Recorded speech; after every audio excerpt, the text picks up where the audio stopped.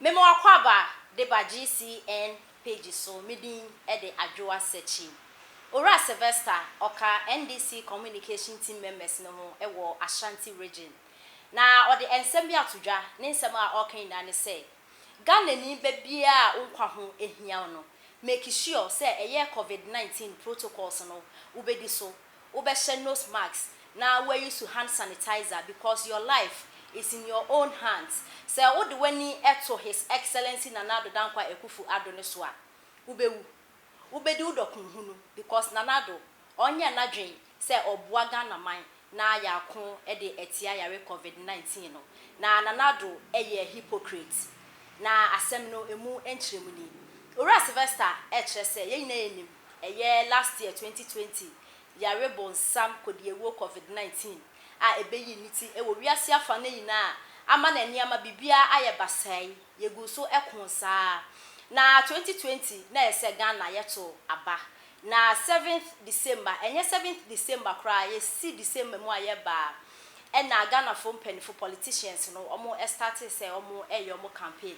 na campaign omo eye no omo yi restrictions ni na efi eye COVID-19 enhyehyɛ no so ene ubehu no omo abochenchenku a omo eye campaign no nose masks no hand sanitizer social distancing no anya dia eba so omo tugu misa no omo eye campaign ye to aba no ewie 2021 ye see me yare no amma no home no so de dendem kra e wo Ghana ha no masisi ye yakọ 7,000 leno ena Nana Addo eba out ebe ka se Ghana for ye use hand sanitizer nose mask ye make sure say ebe hye na afa so social distancing no ye make sure say bebe afa parties funeral clubs na beaches na we closing it down na Ghana for HS ye Ghana for penfo mo ye hwehwe anim papa enanu ya moto abedi na mo refi say COVID-19 bi wo ho ye to aba ne wie no ene mo ahu say COVID-19 wo ho nti no ye ndi embraso na ena Ora Sylvester kire say Nana Addo eye hypocrite because he has isolated himself from the COVID-19 problems na se ka ye kapa eye politicians no ena ama na COVID-19 no akosro because ye to omoto aba ne wie no demonstrations so omo ye campaign omo use hand sanitizer nose mask social distancing no enya dia eye adwuma na Nana Addo ni 21 address no be address no all can no parties na funerals na churches na mana COVID-19 no arises ano na Ora Sylvester say Nana Addo ekasa dia na oye hypocrite papa because politicians no enti na amana COVID-19 no say ama no home no so a ede nya asem keto akora nti Nana Addo oba addressing nation na so yi politicians no efi mu say politicians no omo enka ho ana se wanka se abato no ana campaign ni mu nti na yare na kosoro dia na Nana Addo hypocrite nti we Ghana ni ba make sure say obedi safety protocols so se ne be ya yare no ebi enka na yenti ensem a Ora Sylvester ede etudwa Job, look, hey, Dr. Cash, about 2 years ago, I'm about Kumasi radio stations, journalists, Oma complaining what this contractor and Juma say, and then I'm some complain. I don't know him. Maybe saying Juma, meaning from Adam. I don't have any affiliations with him. But you don't sit here and act like a new thing now. I find and so you don't know anything about it, so you are surprised when people say, I'm the contractor, man. And then I may come and not see ne rating for say he is not fighting for their interest. So I say, and I still maintain it. I want to apologize for that. And now my son because if the MPP was voted into power for 4 years and they can start road construction 6 to 7 months into an election now. What are you talking about? Just after elections, I'm not money. And back to COVID. Obianka say men follow protocols. Nya can say abino or asedi I saw ye. Say abina nya. You don't expect say yent man for no so no yebeye. And many banus make say ti man for no wo kra. Your life is in your hands. Inti men hwe ni abina ye. Na untimi for we into this nya atwom. And I maintain it or nya atwom the president ni nya atwom. Why am I saying that? Because you are by you know. You na ya atwom NDC campaign politicians will be a campaign. You get my point? The president cannot blame everybody else and then try to isolate himself from the problem. That makes him a hypocrite. Has there been an isolation? There has been an isolation because on making the 21st address, no, he blamed everybody else. Parties, man for year, Juma for year, he blamed everybody else. Beside politicians. Okojo upon Kroma ebe addressing Kofu say there's no science and data HSA rallies, political events, no, in a man numbers no cost. Now you tell Ghanaians this. Now what's up? You expect that Ghanaian to believe the numbers no cost. All right, okay, Mate, maybe why? Wase asore nhihye na eda honum se obia enhye nose mask na yentiti yentemu ewa asore dem ye use sanitizers yan hro yensa no asore enhwe se sanuama no ebekoso na eye na sede se oboga na ni bia ho ban anu okasa asemwe anu de to adeche na Kofi Duro sorry ya wasinati papa the president is a hypocrite na wabie kwa mamamfo akwakoye political rally ene akwakoto aba akwakoye inauguration ati wonka se wono ana amayi na akosoro na wonjai sa hypocrisy no ati Sofu Kofi Duro ka kire president say want to too sorry ni nyina mu ana because o ma sorry kwan say mun kwa sorry mun titi mun tam political parties wase mo be come rally so mo make sure say mo follow the protocol said they go kwam Sofu Kofi Duro umuade because umuade amini watem umuade se ubuade pa wonti me ngina o property so enkasa semwe enfan president of the Republic of Ghana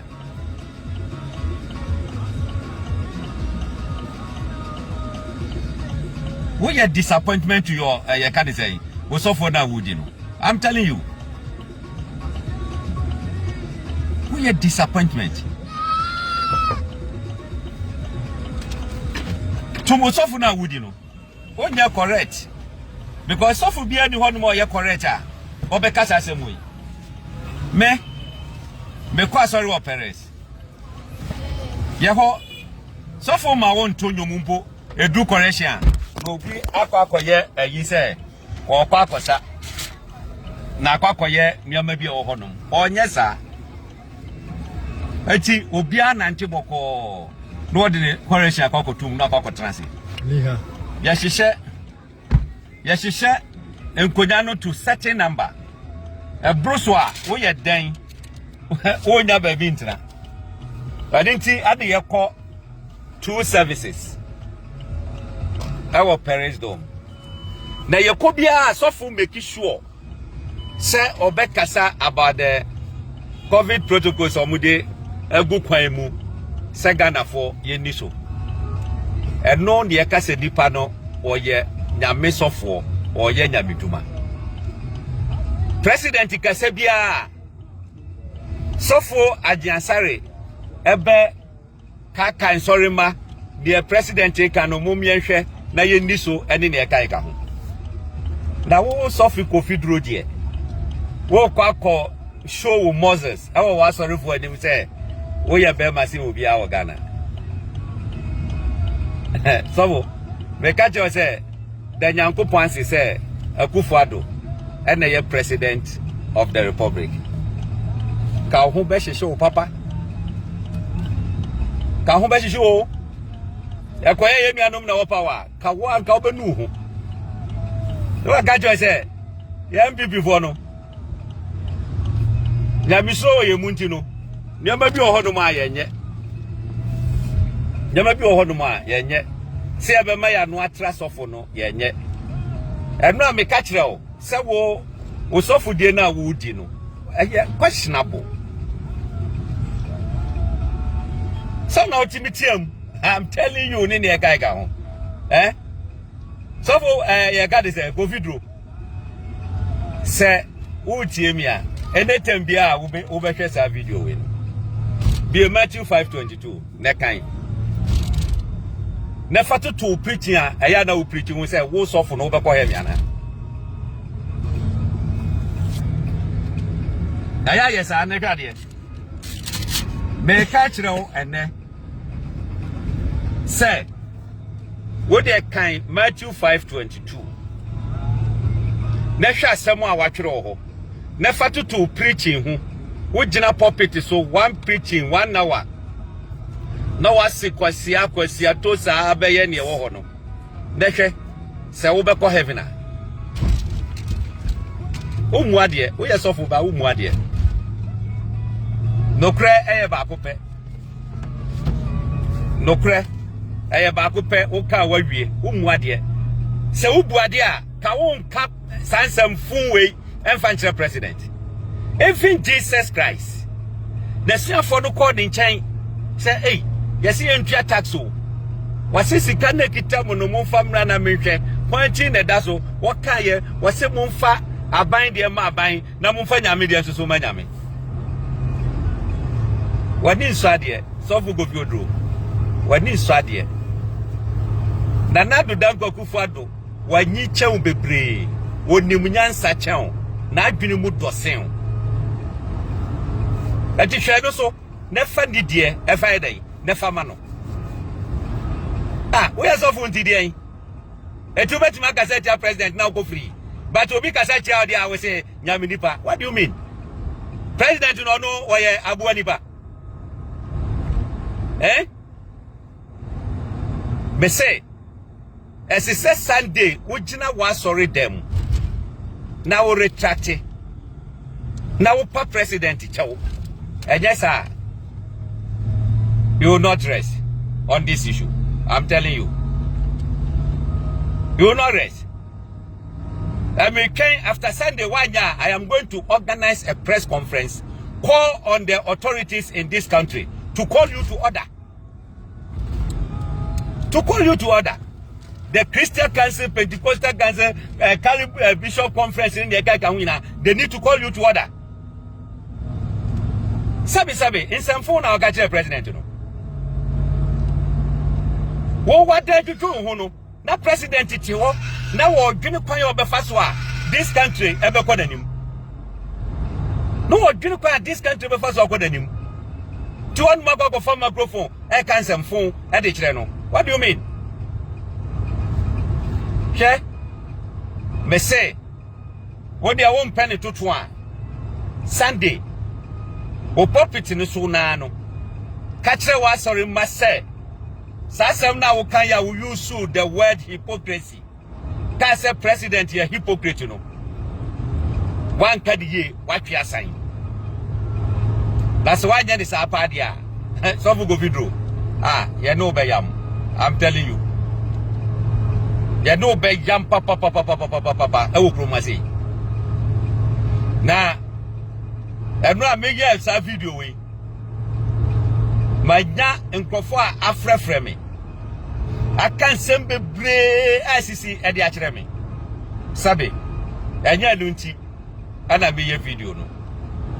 Memfa wo weakness. E ma me to abonten me ni any interest in that. I don't have any interest in that. All I need is that respect the president. Na de wo kanu wo bema wa sori makra wo mu edi wachi wo bema mo aye asobra kire wo bema mo aye asobra kire ase se wo gina wa sori dem na wo ka chom say yes mo fa ni die emfa mo mampani ni o mampani aka nyina no mu miani so ni emfa nya adwuma pepepe se ne be ya bibi be koso na wo kwotena honum na se wo ka sansam fun se ya so fo se nyo ye nkasa sa so fo Wa kokosho video no. Kokoshe. Na say won fere e wo ti mu ana.